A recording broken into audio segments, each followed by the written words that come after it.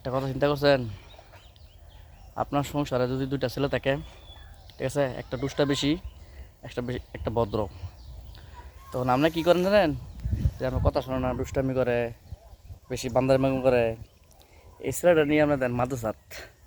কে জানেন? কারণ এটা আপনার কন্ট্রোলের বাইরে, ঠিক আছে। আর যেটা নম্য ভদ্র কথা শুনে, এটা দেন নিয়ে স্কুল, ঠিক আছে। যেটা দুষ্টা বেশি, শয়তানের বুকির মধ্যে লবণ দিয়ে খায়, এটা দেন মাদ্রাসাত। এটা হুজুরকে কান্দ দেন, তাতে হুজুর এটার মানুষ করতো, শয়তান থেকে মানুষ করতো, বুঝেন? তাহলে বুঝেন হুজুরকে কত ধৈর্য। হুজুর একটা দুটো বেদ দিলে, বাড়ি দিলে, আপনার কাছে বললে দৌড়ে গিয়া শিক্ষা ফাঁকড়া করে হুজুরের সাথে বেদবি করেন না, জিগায়েন না, বুঝছেন? আরে ওস্তাদে মারে কে জানেন? আপনার বাচ্চাটা ভালোর জন্য, আপনার বাচ্চাটা যাতে ভদ্র হয়, নম্য শিক্ষা দীক্ষা হয়, যাতে লেখাপড়া করে, এই জন্য মারে।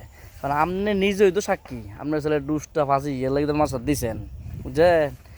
দেখেন আপনারা আমার কথাটা মিলাইয়া, 80% লোক তার ফলাফল যেটা, যেটা বাদনা বেশি, দুষ্টা বেশি, শয়তান বেশি, এটা মাছ দেয়।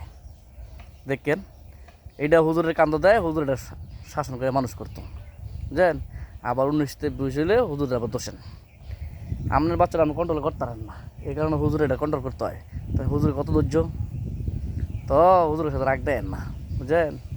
হুজুরের মাছ পরে বাচ্চারা, আপনার বাচ্চারা অনেক যত্ন করে চায় মানুষ করতো, এর জন্য হুজুর কাছে তো রাগ দেখাবেন না, বুঝছেন?